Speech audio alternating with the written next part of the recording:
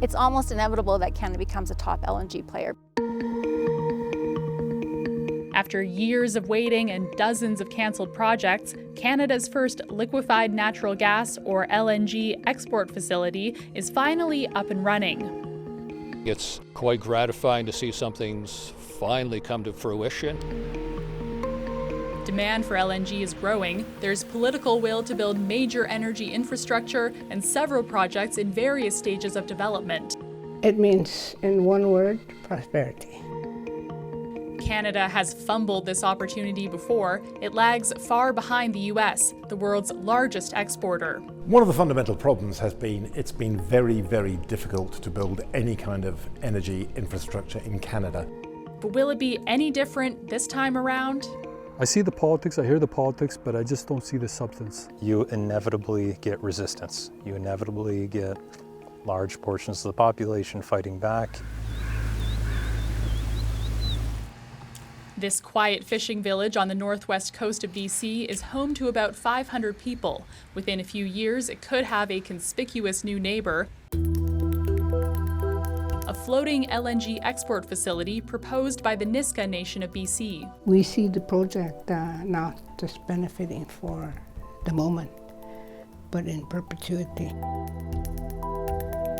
It will cost more than $20 billion to build the Silicims LNG project and a pipeline to supply the facility.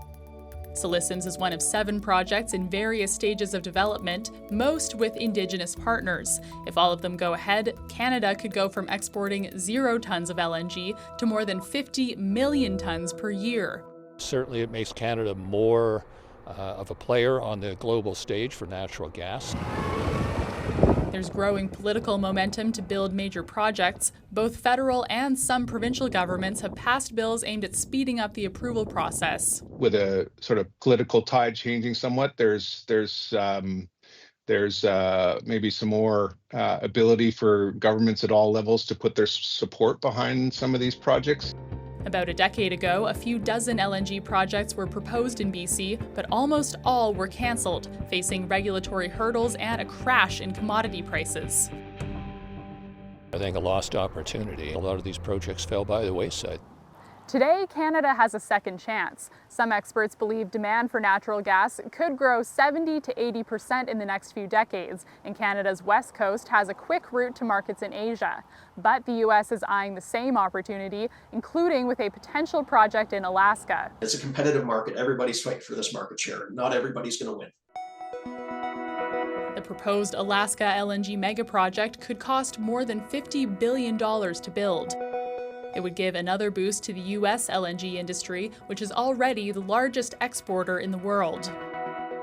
You have the Secretary of Energy, you have the Governor of Alaska, you have everyone getting together and saying, we want your investment, we'll build fast, we're a reliable exporter, and so you should put your money here. So it's what I see right now is just rhetoric.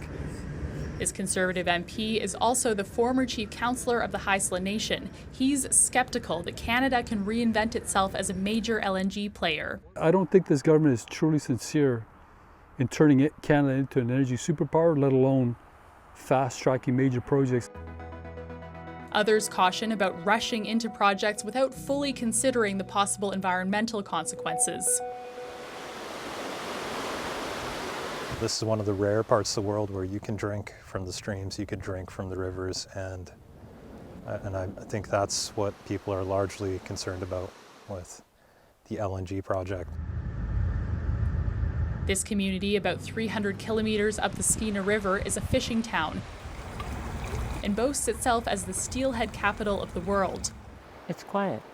It's also a great place to raise your kids because you can just say, if you're bored, go outside and find something to do. It's also about 15 kilometers from the Prince Rupert gas transmission line. If built, the pipeline would bring natural gas from northeastern BC to the Silicims project on the coast. I would say this is the calm before the storm right now. The Nisga'a Nation, for its part, says it's consulting with communities along the route and has struck several deals with other First Nation communities. But community members here say protests are still likely.